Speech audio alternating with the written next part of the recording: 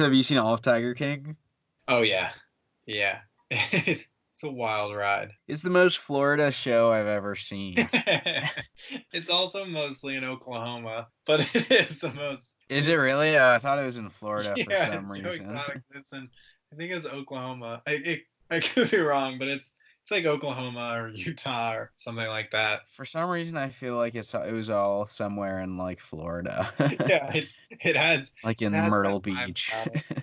Yeah, I I don't know where you fall on the contentious issue of Carol Baskins. I feel like I watched it and I just sort of thought that she was a bit of a con artist, but I didn't Oh, really she's think a that she was, hypocrite. I didn't think that she actually like killed her husband or anything. I just thought that like him disappearing made her look bad and it like she basically does exactly what Joe does, but she gets people to do it for free, like work for her for free, and she just makes it look like she's nice to the Tigers. Yeah, But she just has a different label on the same product.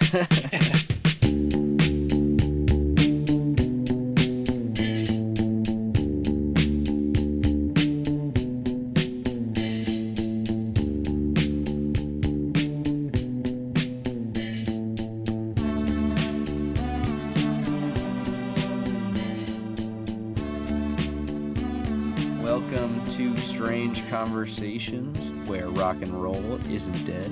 It's just Joe Exotic. Joe Exotic is rock and roll at this point. I saw a tiger and a tiger saw a man. If that song wasn't stuck in your head when you started watching this podcast, it is now. I'm Austin Kenny. I'm Dylan Bennett, and this week we are reviewing the album Void Moments by the band FACS. They're a punk band out of Chicago. Before we really dive into the album, kind of wanted to talk a little bit.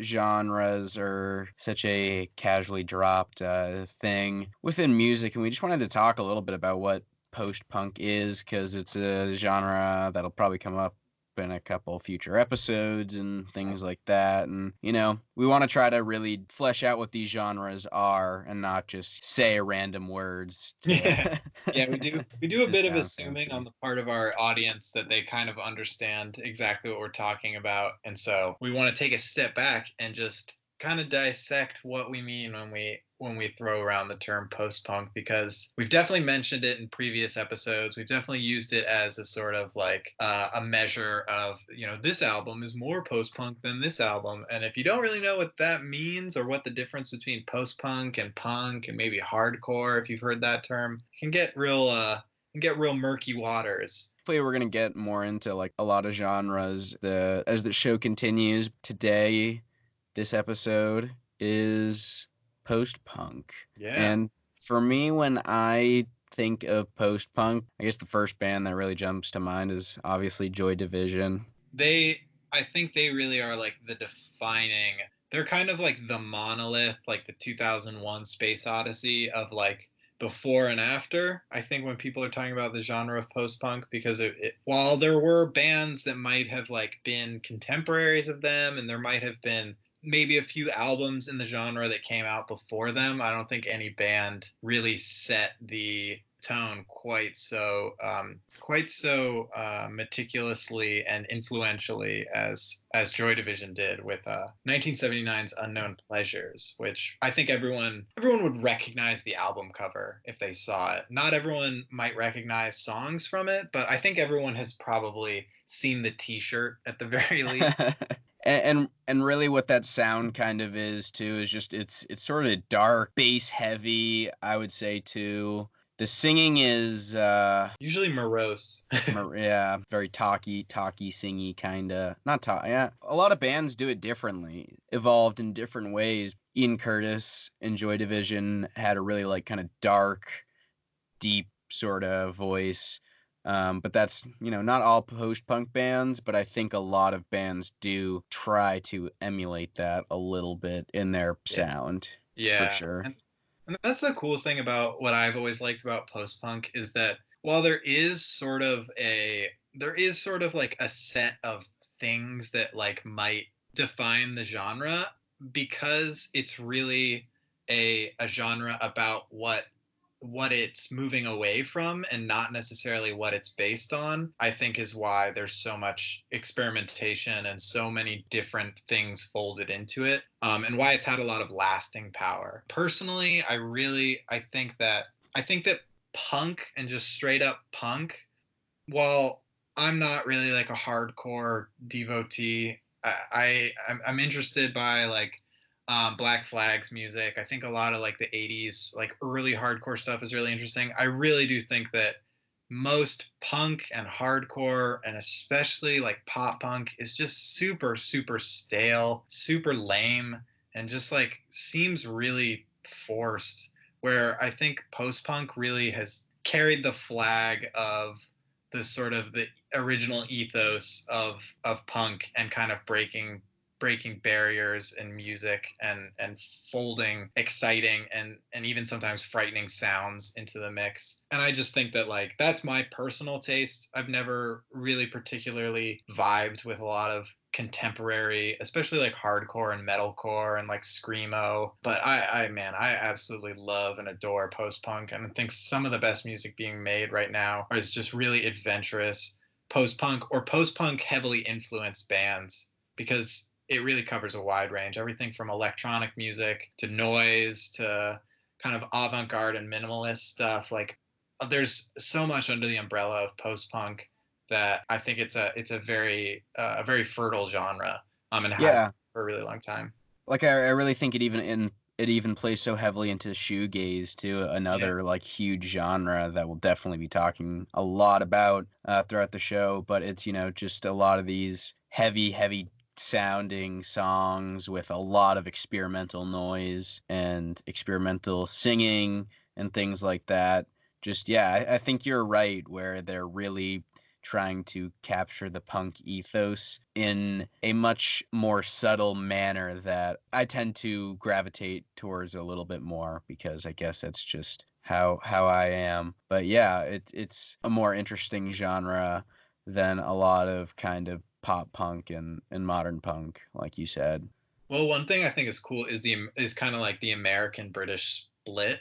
I think the British, I think I like more of the British bands, but I think that's because I think that they have a more homogenous sound than the American bands.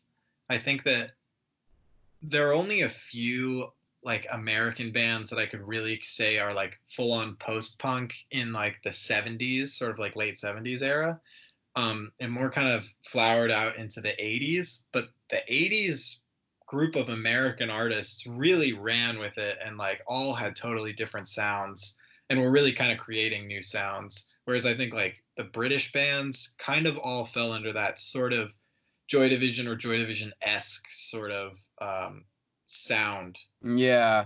Yeah, I feel the American kind of post-punk sound is so much different, where it's not as dark Yeah. sounding, you know, it's more like computery, kind of poppy in a sense. Do you know what if you know what I Yeah. mean?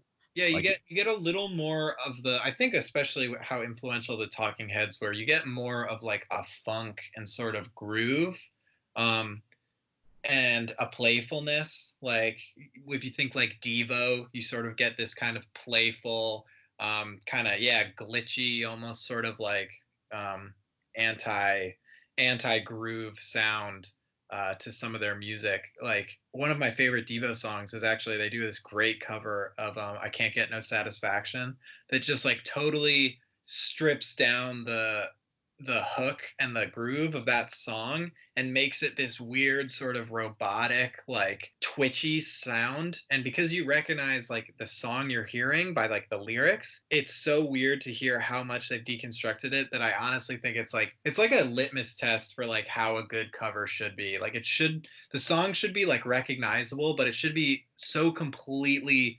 reconstructed and made uniquely in the sound of that band that like they really carry that song away. Not that I'm saying it's better or that it's like a Devo song, but that like I almost think of them as totally separate songs. Like there's the Rolling Stones, I Can't Get No Satisfaction, and there's Devo, I Can't Get No Satisfaction, and they're so different, and the approach is so different that it's really striking and really cool. And I think that kind of like exemplifies some of the experimentalism in post punk that like we'll probably be talking about later in this review with the sound that FACS kind of generates.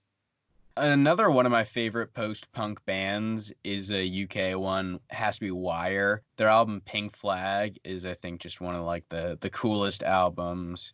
Oh, I don't even know what year that came out. I think it was 79. Yeah, probably somewhere around there. That one is a little more on the punk side of their sound, and I think as their albums kind of stretch on, Missing Chair, I think, is the second one, and that one is a lot more post-punk sounding. Pink Flag kind of has more of a punk sound to it, but it's starting to like get that post-punk sort of inspiration, like the much more industrial kind of sound, you know?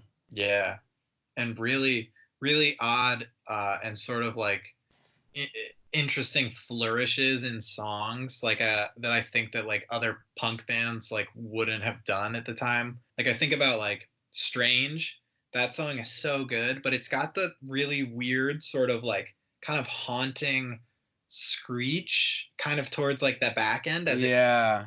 and like I couldn't imagine like the Sex Pistols or the Ramones doing something like that, like production wise, like being more adventurous. Yeah, it's so much more haunting, Yeah. and it adds such like a chilling effect to the song. Yeah. And I think that's what post-punk does, is it really like exploring not with just instruments, it does use like synths and like kind of other like, experimental sounds that really play into the fuck you kind of attitude Yeah. of what it sounds like in a sense. I think one of the things that like I think post punk maybe kind of in a way that post punk fans and like genre heads wouldn't like to admit, but like I think really is true, is that a lot of these post punk bands, and a couple in particular, especially The Cure and especially New Order, and especially Depeche Mode, I think that really those three bands really help set the sound of pop music, especially of the 80s, but even just going forward, like electronic pop music in general, I think owes so much to just the willingness of like these punk bands to totally totally deconstruct their sound and reconstruct it with electronic instruments. Because before then, besides for like avant-garde composers and early club and house music in like Chicago and in Detroit and in the American Midwest cities, there really weren't bands like deploying electronic instruments for full songs. It was really with like the rise of like the synth pop bands that grew out of the post punk bands, New Order being the most obvious one, growing out of the tragedy of Ian Curtis' death, and then the rest of the band becoming New Order. The progression from Movement, the first New Order album, to their second album, Power, Lies, and Corruption, is so interesting because they really push the envelope with the integration of those synths into their sound. And then by the time you get to like Brotherhood or God, what are like, you know, by the time you get to like Blue Monday, the single, the 12-inch single, it's like they really have fully become like what people think of when they think like 80s pop, which is so interesting because if you played someone like Blue Monday by New Order and you were like, this is post-punk, they had never heard any other context, didn't know the band or anything, they'd think that post-punk was literally just like 80s pop, like Yeah. the sound of Madonna, the sound of like numerous other like 80s synth-based pop bands, but like New Order's journey to get there is so interesting and so cool. And all these bands too really do influence so much of the 90s music. I mean, you know, obviously the decades will always play into each other, but in America especially too, so many bands like REM, like they were covering Wire songs and spreading this music to America kind of at a later time, but still like bringing post-punk to America at a different point in time and inspiring music sort of more in the 90s, which is so interesting to hear as well. The underground current in America, it's really interesting to see that British post-punk set the tone for a like pop music of the 80s, while American post-punk set the tone for pop music, what would become the pop music of the 90s. Like all the American bands, like you said, REM, Sonic Youth, Dinosaur Jr., bands that were not sonically very similar to the British bands. REM definitely more so, but Sonic Youth and Dinosaur Jr., people lump them in as grunge bands just because their sound is so influential on bands like Nirvana and Pearl Jam and Soundgarden that people don't really understand that like the first Sonic Youth album is from 1980. Yeah, I know. That's crazy. Yeah, and the first Dinosaur Jr. album is I think 83 or 84. Like Dinosaur Jr. does this really cool cover of Just Like Heaven by The Cure from the same year that that song came out, which like just blows my mind when I think about that, because for the longest time I really lumped Dinosaur Jr. in with grunge bands as well because my introduction to them was through Nirvana. But then realizing that like these bands had been around for so much earlier and were like the forebearers of what we now call just quote unquote alternative music, like this sort of very undescript, very ubiquitous alternative music that I think everything that is like punk or later gets labeled nowadays. It's just really cool to think about how multifaceted the like post-punk genre is when you really think about like, okay, what does it mean to be quote unquote post-punk? All right, well, it's everything after, you know, the Sex Pistols broke up. So in your final words, in the quickest way you could sum up post-punk for our listeners, what would it be? It's music with a DIY ethos, with a punk ethos, with the snottiness and sneer of punk, but it's musically adventurous. It incorporates experimental production and experimental instrumentation, and it isn't afraid to break away from the sort of monotonous, just four-chord chugging riffage of most early punk and hardcore. Punk isn't too adventurous, though? Is that what you're implying with kind of post-punk being a more adventurous form of punk? I think with its inception, it certainly was. I mean, it like from, you know, the Velvet Underground and Nico through, give that a whole decade. A decade after Velvet Underground and Nico to 1977, that's when Talking Heads' debut album comes out. That's when, you know, that's also the year that I think the first, I believe the first, I think that's the year that Joy Division released their first singles. They were still Warsaw then, but so they had a slightly more punk sound. They weren't fully into like the Unknown Pleasures era, but I mean, I think it's just so interesting that I really do think that after 1980, especially, punk has becomes a bit of a dinosaur in its older sense.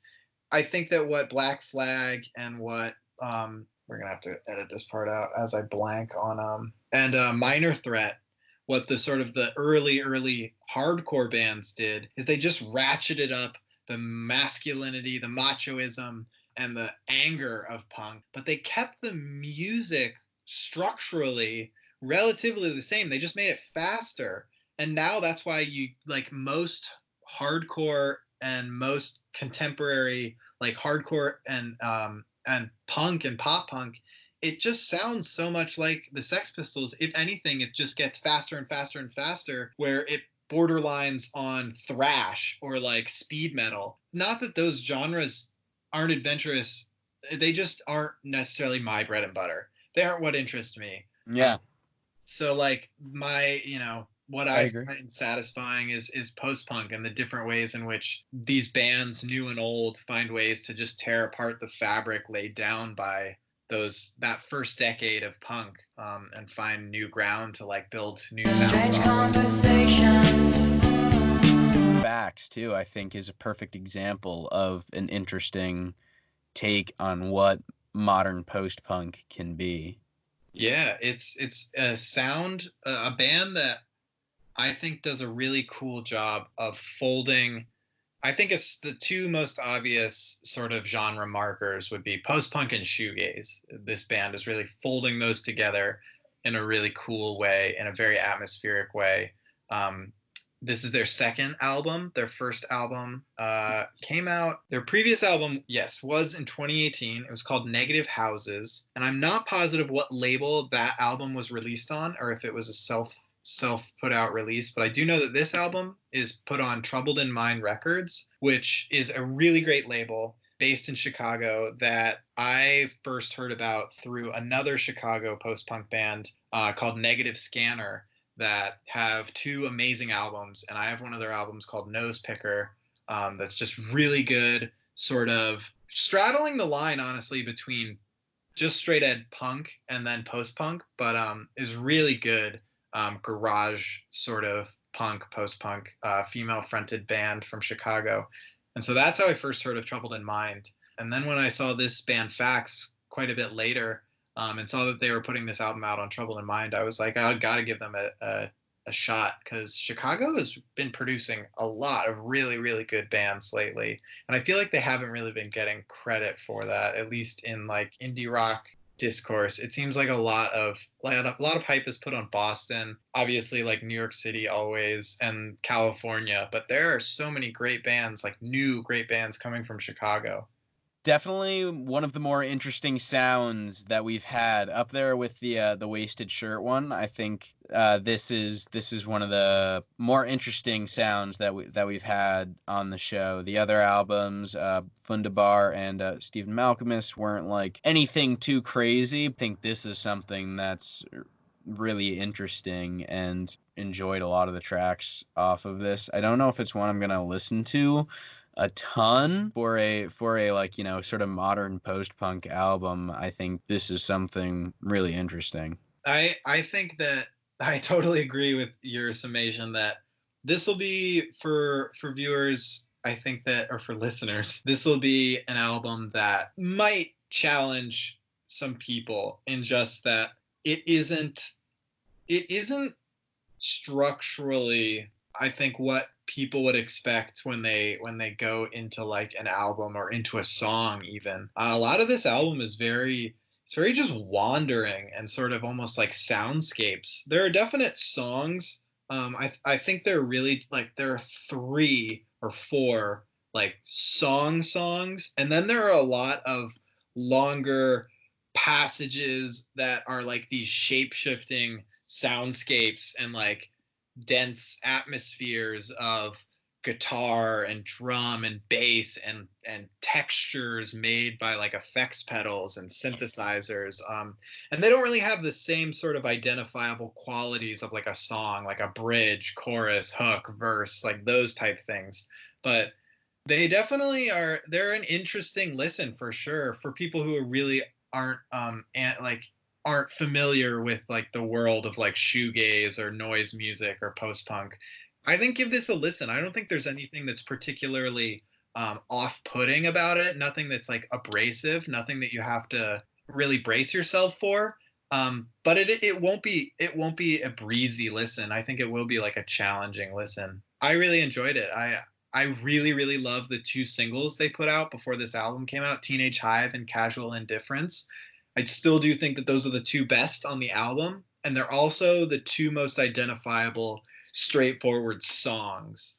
So I think maybe if people want a place to start to get into this band, I think those 2 songs, Teenage Hive and Casual Indifference, are the best entry point. And they really have like, I really would describe those songs as sort of a Joy Division meets My Bloody Valentine meets sort of like kind of Cocteau Twins, or I'm trying to think something more like ethereal, because even My Bloody Valentine, they can get kind of aggressive with their sound, but there are some sort of, you know, floaty moments in those songs that aren't quite My Bloody Valentine. Yeah, this album is really hypnotic. Like when I was listening to it last night, I was kind of like in a trance to it. Like, I don't know, it does have a lot of these sounds that do just, it's not like ethereal, but it's definitely hypnotic in some sense. Sort of cinematic sometimes. And I agree too that Teenage Hive is definitely one of the standout tracks on the album. It also too does have a music video. Like I said, I've been trying to dive more into music videos these days, so I'm trying to see what the music videos that come with the albums that we're going to be reviewing. And so I think this is the only video I found for this album, but it was wild. I think watching the video really captures the sound of the album. It's like a bunch of people in like draped in floral kind of fabrics standing in front of floral fabric drape type things, and just a lot of cool colors and shaky, flashy imagery, and it's wild. It really captures the sound of the album. It's an awesome music video. Check that out for sure. Yeah, I didn't know that I hadn't been on the lookout for a music video. That's cool. I'll definitely have to check that out. That's my music video watch. Yeah, they have a sound that I think lends itself well to like visualizations. Like I don't know what it is, but I guess like more straightforward structured songs that have like discernible lyrics or a narrative in the lyrics. I can picture a music video that is sort of like a scene set by the song, whereas music kind of like this that's more abstracted, I always like thinking about just like the synesthesia of the music, like almost if people aren't familiar with that word, it's a rare condition where people see well, I guess it's a lot of different potential things, but the way I'm thinking of it is there's a version of synesthesia where people are able to see music as colors. And surprisingly, it's not a very common, but I guess it's common, not common, again, I'm using that word. People with synesthesia, that form of synesthesia, have like a higher statistical likelihood to become musicians, because I guess it makes creation of music a much more involved process. I was reading something about like synesthesia and musicians, and how musicians with synesthesia approach writing music, and how like composition they view it almost like painting, like they're trying to create a painting in their head with like the music that they're listening with, that they're composing. I thought that was just like really cool to think about. Also kind of, I feel like what music sort of sounds like when you're high. But like, this is a very synesthetic album, if that's the right word. The right terminology. Yeah, I think another standout track for me that I guess would be a synesthetic song. It was Version. That song really was just like a wild journey all the way through. And the singing in it, I don't know if you got this, it kind of had some like Brian Sumner vibes to me at some points. I don't know, the vocals throughout, I got that kind of Brian Sumner vibes at some point he's the singer from New Order. I was confused. Is it Bernard? I don't know why I always say Brian. I was thinking, I was like, Brian Sumner. Bernard Sumner from New Order. That's the singing vibes I was getting. He's an interesting singer, because I always like, it's interesting to listen to early New Order and kind of hear how he's sort of trying to be Ian Curtis-esque, and then with their second album, how different his vocals are, and how they're almost like they're more vulnerable in a different way. Like they sound almost more they sound almost younger, like when he's trying to like deepen his voice and sort of mimic sort of like Ian Curtis's singing style, the kind of like bellowing and crooning. It makes him sound older, but it also makes him kind of sound like he's trying to be Ian Curtis. But then with like, I think like Age of Corruption and like Age of Consent and like Leave Me Alone off Power, Lies, and Corruption, he has this like really vulnerable, almost kind of like childlike singing voice. Not in a bad way, like in a good way, a way that like lends the songs some like emotional resonance. But it really throws me for a loop that it's the same singer. Live videos are Just he's not a very good singer from the Yeah. live the live footage I've seen. I don't know. It's just not super great. I think Huh. it's much better when it's in a, studio setting for some reason. I Yeah, not everyone can, be graced with the. I think it's always really funny to. Apparently, there's like a. I can't remember. I think it might have been a Reddit thread. It was like singers that suck live, and apparently the most upvoted singer is the lead singer of Train. Apparently, cannot sing at all. Who's And I think Train? Train is like this god awful like pop band. They're Hey Soul Sister. Oh, really? Yeah. Yeah, and also like Drops of Jupiter, I think is Train. Yeah, and just apparently, like literally cannot sing at all. People theorized they thought that maybe the actual singer on the records is like a studio musician who like severe like stage fright or something. And so yeah, they have this stand-in. Stand-in who's absolutely awful. What other tracks were some bangers for you that you stood out? Yeah. I guess another one I'll jump in and say is Lifelike and Dub Over, the two kind of tracks at the end. This is a short album too, Yeah. by the way. It's only like 30 minutes. Yeah. It's really solid top to bottom 30 minutes, but Lifelike and Dub Over are that's where the album was like I was really like kind of in the most trance in like that hypnotic state. Like I said, I was like falling asleep, not in a bad way, but like I was just like dozing off and like really zoning into the music and kind of like being overtaken by the sounds in a Yeah. sense. It It's just like it has like these crazy like bass noises going on. Yeah, like the album is kind of like it's something that I would want to play in like a sensory deprivation tank or something like that to like explore like the nooks and crannies of the song. I thought that Void Walker was a really good song. I would say that Teenage Hive, Casual Indifference, and Void Walker are like the three songs with like the closest to like song structures. I really liked the build of Boy. I wasn't fully into the beginning of Boy. Yeah, I agree. Into it, it starts off feeling very almost like the pieces aren't fitting together. Like it's clearly done deliberately, but it has this really off kilter rhythmic feel to it, where it feels like all of the different instruments aren't quite in sync. But somewhere around like halfway through the song, I think like they lock those gears in, and they also add in some more distorted guitars and like these swelling instruments and sounds and textures, and then the song really builds in momentum, and I think like follows through really well in a way that like propelled me into the album more. At first I was really like I was like, oh, this is a little different than what I'm used to. But I think it was really just like they were setting up a sense of that build, which pays off well for me. I think this album really kind of like takes you in as it goes.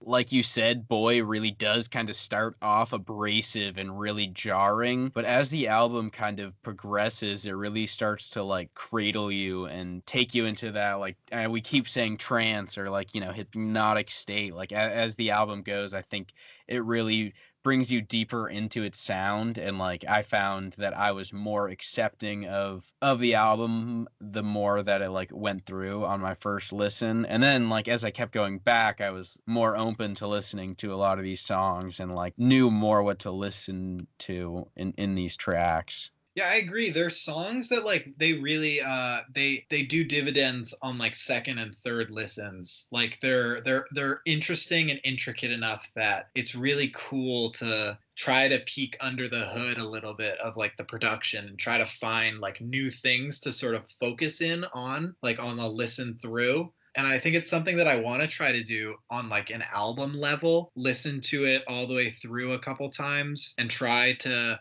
see if there are any like because I swear like when I listen to it, I've listened to it all the way through twice like in order, but I've also listened to it like song wise kind of spread out of like a lot of the songs throughout the since it came out on the 27th of March. I've listened to a lot of the different songs sort of not in order, but I want to try to see like I swear when I was listening to it in order that there are certain like musical themes, or like, as we say in the world of academia, they're they're musical motifs that I swear are carried through the album. I just got to go back and give it like a big once over and actually try to pin some of those down. If so, I think that is a really cool approach to both just like song making, but also album making, and like the idea of like album as a crafted artifact, not just like songs. And I think that's something that's a whole separate discussion of like the idea of like, you know, how to approach an album. Is it just a collection of songs, or is it like a larger thematic thing? But I don't I don't know, unless we want to dive into that. I think we got other stuff to talk about. Maybe we can park that for another episode. Well, I think another kind of I don't know if this is a motif, but it's something I noticed in a lot of the songs was there were moments where the bass line had like a really like I don't know if poppy is the right word, but there was just like a really like melodic bass line under all of this like really intense noise. There was this really like nice melodic bass line that I thought was so interesting and held like all of this noise together in such a like powerful way. Dude, that's like the, I mean, to keep going back to something like Joy Division, that's like the Peter Hook, I think, influence of like what Joy Division introduced to punk, is like putting the melody in the bass. And like I think of songs like Atrocity Exhibition, that first song on Closer. That song is like pretty dissonant noise. Like the guitar sounds like a drill. Like it's this really like crazy sort of whirring sound, and the drums are pretty wandering. They're this sort of really repetitive but really sort of wandering tom beat rhythm that isn't really setting down like a straight groove for the song. But like the bass line on just every single Joy Division song is basically like the central melody of the song. And it like, you know, something like She's Lost Control, like that's like the most perfect example. When you hum that song, you're like, you cannot help but hum the bass line. Yeah. And I think that that's something that this band is like, they're carrying that forward with like, yeah, you said like nailing down those passages of noise with just like a really fundamentally melodic and catchy bass line. And yeah, the bass player Aliana Kalaba is actually new to the outfit for this album. I believe that the first album they put out was with a not was with a different, the singer who is now on guitar, Brian Case, was on bass for the first album, I believe. And the guitar player who I'm blanking on his name, but he left the band, or maybe I don't know, I guess left for any variety of reasons. And so they brought on Aliana Kalaba on bass, and Brian Case switched to guitar and vocals, and Noah Ledger, the drummer, remained on drums. I feel like it's not common that you see drummers switch from back behind the drums to another instrument. Although, who was the it wasn't didn't the drummer of the Clash, or not the Clash, the Cure. The drummer of the Cure became the keyboard player, right? I have no idea. I think I have no idea. the original drummer of the Cure moved to keyboards. I don't remember around which album, but it was whenever they went from a 3-piece to like, I think they went to like Yeah, a 4 and then a 5-piece at some point. to like a 23 piece. Yeah. I but going back to the drummer Noah Ledger, I think that's probably Yeah. how you pronounce it. Noah Ledger, but the drums on this album I think are really awesome too. They're super industrial, you know, they sound like they're in just like a giant kind of building. And like I don't know much about Nine Inch Nails, and I don't listen to a ton of Nine Inch Nails, but I think this album sounds like the Nine Inch Nails as far as I know. I I really kind of respect the ethos of Trent Reznor and his work ethic. I'm also not super familiar with Nine Inch Nails, but I do really like Pretty Hate Machine. Their first album is really, really good. Um, it's from '89, which also blows my mind how, like, I guess I always just think of them as a 90s band. Well, '89 is still, I mean, it's pretty late, but yeah, Pretty Hate Machine, their first album, I think is really, really good. It's really also very interesting album that I've listened to the first few songs of is one of their albums from much later in Nine Inch Nails career, that what I've read of it is just Trent Reznor making the entire album. Basically, he like got it, like he left the band but like kept the Nine Inch Nails name. The Fragile from 1999 is a really interesting, very eclectic mix of songs. We're in This Together off that album is really good. It might be my favorite Nine Inch Nails song. And it's just a really cool, very aggressive, kind of like, it does sound like Nine Inch Nails, but it ends with this really melodic piano, just like really somber piano outro that's like really beautiful. And I think it illustrates the range of Trent Reznor pretty well. But yeah, like I do think that Industrial has a very a strong influence on this album's sound. I hadn't actually really thought of that before, but like thinking about the way, yeah, especially the way that the drums hit on this album, they definitely have that that underpinning of like a sort of, you know, Nine Inch Nails, even even going back to something like Cabaret Voltaire, or like what is there's a German band that's like an early industrial pioneer. I'm blanking on it, but I know what like their symbol looks like. Apparently, Henry Rollins has the band's symbol tattooed on his arm. Yeah, I forget what they're called, but yeah, that sort of like industrial, almost sort of like a kind of dance beat, but not quite. Like it's the sort of repetitive motoric dance beat of something like, you know, taken from like krautrock and then put in a more aggressive context. Yeah, this album is cool. This Yeah. album is cool.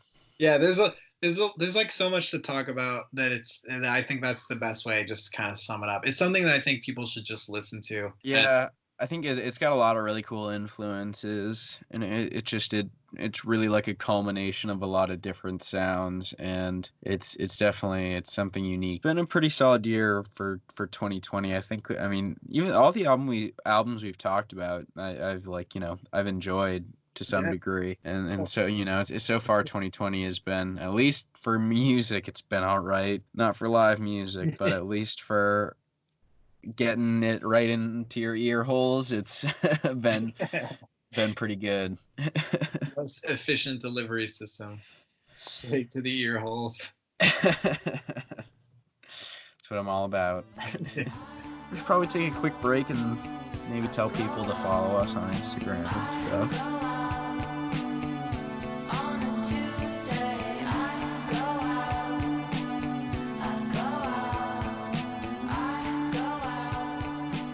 Yeah, definitely follow the gram. We're up on Instagram. We are strange.convo.pod. Strange.convo.pod. You'll see a little purple profile pic, and we got a couple. I believe we are public. So feel free to take a look at what we got, but give us a little follow. Maybe send us a DM, leave a comment on a post. We're going to try to have, like, you know, at least 3 posts a week, probably more, posting on our story on days that we're not making, you know, posts on directly onto the feed. So yeah, with something. We want people to get in on the conversation. We'll be asking questions, asking for singles, asking for what you're listening to, any music you're making, any art you're making. You know, it's a place for you to tell us what you're doing, and we can tell other people as well. We want to hype you up, so give us some stuff to chew on. So follow us at strange.convo.pod on Instagram. And maybe more other social media ones to come in the future. But Yeah, we want to try to get a Twitter up, but we have to be a lot more clever in the Twitterverse. It's brutal. Yeah. The Twitter game is real competitive. So we're slowly building this brand. So stay tuned. Stay tuned for more things, and who knows? Maybe one day we'll have a real advertisement in one of these spots.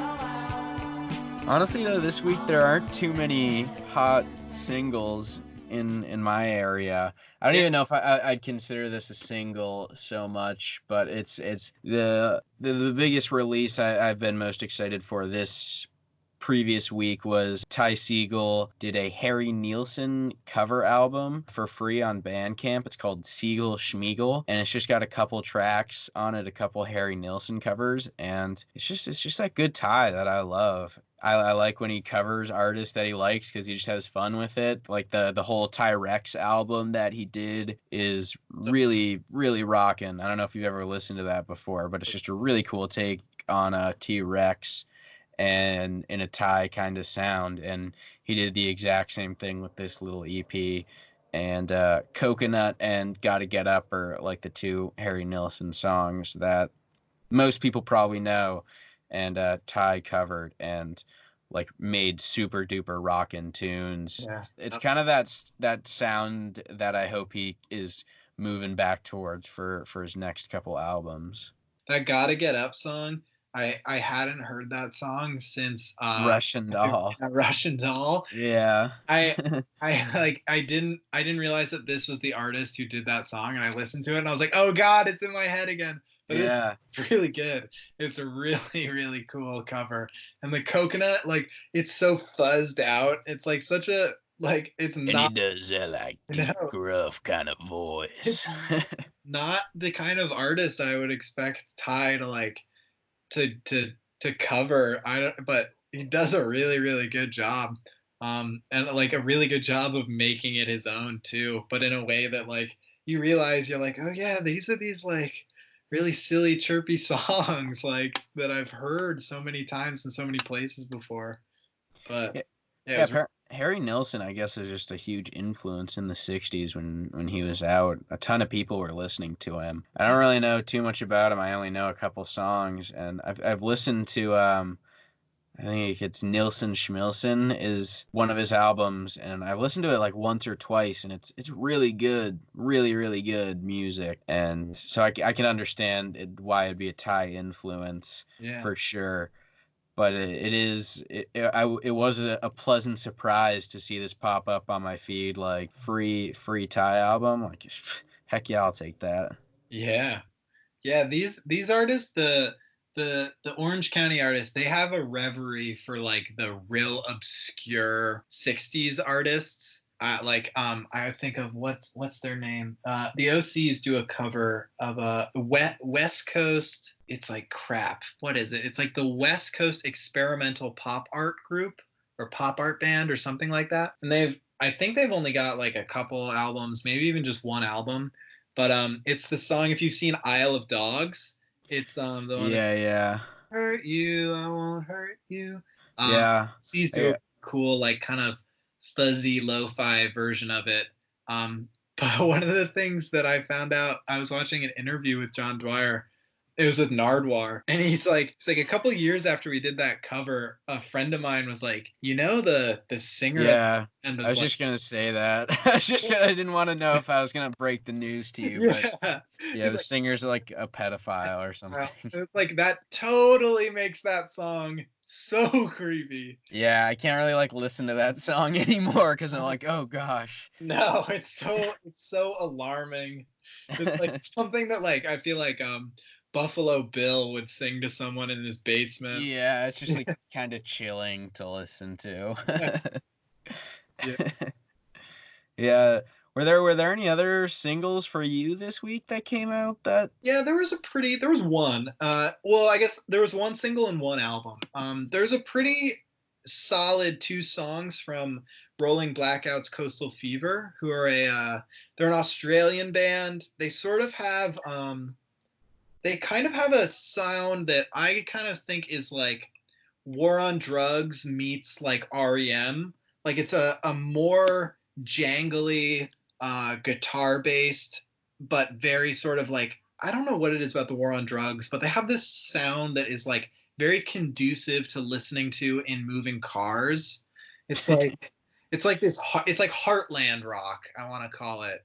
And Rolling Blackout's Coastal Fever is like an Australian heartland sound with like really jangly, interconnected guitar lines. They had an album, I think 2 years ago, possibly a year ago, that came out that was really, really good. I'm forgetting what it's called, but I know it had a song called Talking Straight on it. And that song is just so damn catchy. And my dad really liked them. I sent him to him and I was like, hey, this kind of sounds like REM. I think you'd like this band. And he like was like, this is really solid.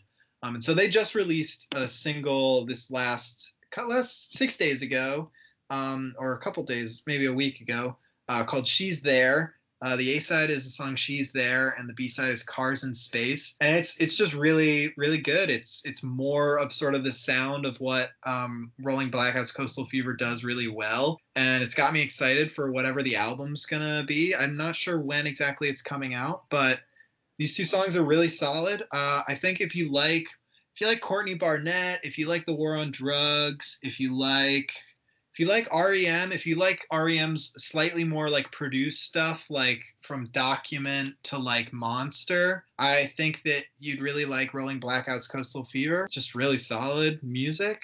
Not a ton more than I can say about it. It's really good for driving around. You know, we don't have a ton to do besides drive around places or stay in our apartments, but you know, crank it on blast and roll past Front Street. What's that from? Why did that just pop into my head? Oh, that's from that's MF Doom on November Has Come, the Gorillaz song that MF Doom is on. That is, I don't know. That was weird. That popped into my brain without me even knowing it. That song, that was the first time I ever heard MF Doom, and I didn't know it was MF Doom until like college. And I listened to that album in middle school so many times, and it didn't have featured artists like on the iTunes version. Like I had the Gorillaz were just the Gorillaz when they first came out. You know, it didn't have like any featured artists or anything. I was like, who is this rapper? His voice is just like so mysterious. Yeah. That's one of the reasons I like the Gorillaz so much, is that whole kind of lore behind them. Yeah. They're so mysterious, or not, you know, not as much anymore as they used to be, but like, you know, once upon a time, like they had this whole mystique where you didn't really know if they were a real band or not. When I found out that it was the dude from Blur, it like broke my brain. I was like, the Woohoo band, like that Blur. There's only one other single that I got. I listened to a lot of Phoebe Bridgers recently. I think I mentioned that before. But she released a single with the 1975. Pretty nice. It's just, you know, nice acoustic. I think there's some piano in there too. Phoebe Bridgers just has such a beautiful voice. It's really like haunting and like sweet. And yeah, it's so gentle and nice. If you haven't listened to her yet, I'd recommend her. She's got some really good tracks. Her song Motion Sickness is really good too. Yeah, is that was a single that you from a couple weeks ago, right? No, I think that was Garden Song. Oh, okay. So that song, I listened to that song, and that song was great. And I also listened to the album with the ghost on the front. Yeah. Strangers in the Alps. That is really, really good. Yeah, it's real sad, real sleepy, but like it's definitely like a mood. It's good quarantine music. Yeah, exactly. I'll check that out. I know that I don't know a ton really at all about the 1975. I like guiltily really love that song Chocolate. That's like so damn catchy that you can't help but like sing along when you hear it, even though it's like it almost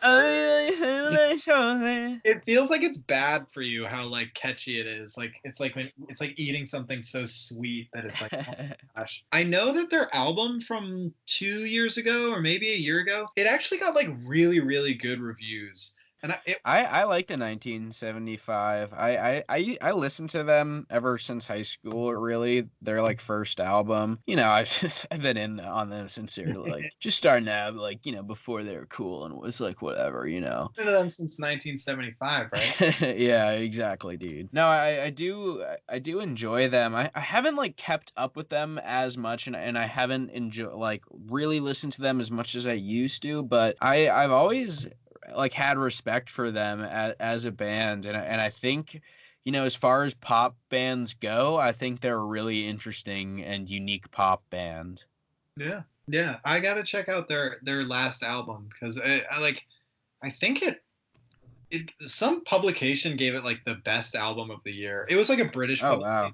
and I feel like British magazines always pick a British album for the best. Like they're like, we did it again. A But notable British person did the best music ever. yeah, it was like NME or something like that. But like I don't know, I like it like got really, really good reviews, and I remember thinking the album art was really cool looking too. So I'll have to check it out.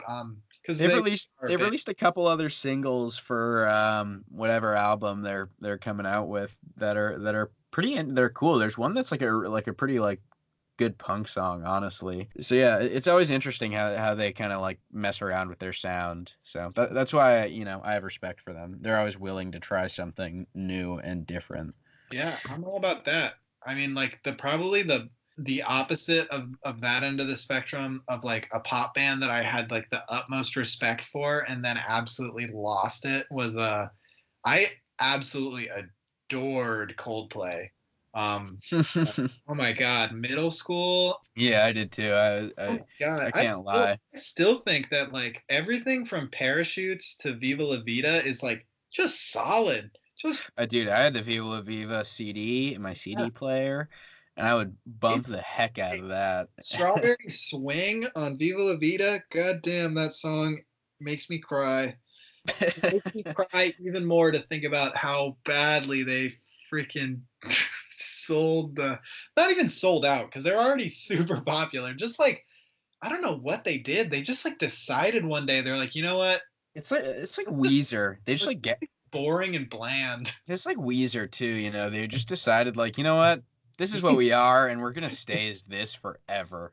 Yeah. And people still try to argue that like, oh, this Weezer album was actually like not that bad, like the one that just came out, like it's all right. And then like I actually try listening to it, and the song that I hear, like he raps, and I was like, Yeah. no, no, no, no. I feel like every like headline is like Weezer's going back to the Blue Album Yeah, sound, and it's like yeah, I don't want that. Like, yeah, all right, cool. They're doing the same sound again. yeah. Good job, Rivers. You're really, you're really crushing it. You should just do an entire album all rap. And make sure you feature a lot of SoundCloud rappers so that the 12-year-olds all listen to it. It's too late. It's already in the works. Yeah. What was that album that they did that was all covers of like absolutely awful 80s music? The I don't Teal know. album. I also hate that. I The it's the color I thing. hate it. I hate it so Yeah. much. I think it's so unendearing and It's like, all right, we've given up on trying to come up with creative yeah, names. We can just do different colors every time, and yeah. it counts. Oh my God. You should have just called this one the covers album. Yeah. Have you seen any good any good virtual concerts, VR concerts? That's Yeah, yeah, VR concerts. There's one band I want to shout out because it's like one of the best ones I've seen. They're a band from Portland, Maine. They're called Weekend Friends, and a lot of these not weekend concerts. A lot of these virtual concerts have just been super scratchy audio quality and stuff like that. But this one, they just like I don't know how they just like really set up and plugged into a system, and the quality was just really crisp and sounded really nice, and they had a good setup where they all live together and they're all in separate rooms all playing together, oh, that's and cool. It was a really cool live show. Yeah, they're like a punk band from Maine, and yeah, hopefully, I think they're gonna be coming out with some albums, or we can find an album maybe to talk about one day. But They got um, they got yeah, anything on Spotify or Bang? yeah, I think they're on both. Yeah, Weekend Friends is the name. But yeah, from Portland, Maine. A lot of these virtual concerts have been just like, not super hot quality, but still kind of fun. A Yeah. Soccer Mommy and is another person I've been listening to a lot of, and she's done some virtual concerts. She did a I didn't watch it, but she did like a Club Penguin concert stream thing where like you could sign into Club Penguin and go and watch via Club Penguin some music. I saw that not anything that really is within my realm house, but I saw that American football is playing a concert in Minecraft. Which I just think is really cool. Like I like the idea of that. I saw Dive had a really good, like more of a it was like more of like a produced thing. It was for Vans. It was like made with in like Vans, the shoe company, and it was made by their record label, Captured Tracks. But it was really, really good, and it was like mostly stuff from their new album, and then also like a couple of their like more like. But it was really cool, and I remember it just made me think of that time that we saw Dive open for Deaf Heaven, and Oh yeah. and it was insane. That's still one of the best live shows I've seen, and Yeah, they really killed it. They were they hadn't unreal. they hadn't named or like announced any of that new material, but that concert was like 75% new songs. Yeah. None had names, like none had been, announced, like they hadn't said there was a new album coming out, and it was just like so cool. That was Yeah, a solid show. definitely one of the best albums of 2019 too. Yeah. Deceiver from Dive. That album has a real strong like shoegazy and at times even like grungy sound, but like in a like not in like a kind of sigh grunge kind of way, but in like a like hell yeah grunge kind of way. Yeah. Yeah. Yeah. But moving forward with these virtual concerts, I'm glad to see that artists are kind of figuring it out and like adapting new ways of doing it, like with kind of video games and stuff. Yeah. It's cool to see how artists are adapting and stuff, and it's getting more fleshed out, and it's starting to work a lot better than it was in the beginning, because at first it was like, oh, just like an iPhone pointed at a band, super scratchy audio. But now, they're hooking in, and like live streams are just getting better, and companies are working to like actually make these things work. So probably be talking about a lot more virtual concerts moving forward, I would imagine. I saw this one really funny thing that was somebody tweeted, and I'm not like it was jokingly, it was ironic. They tweeted, they were like, all these virtual concerts are just letting you know that your favorite band sounded absolutely horrible when they were playing house shows. I was like, oh, like, yeah, that is true. But no, I think it's like it's endearing because I think to a certain extent it kind of makes you realize you're like, yeah, like everyone's kind of in the same shitty situation, like and like it's really cool to see like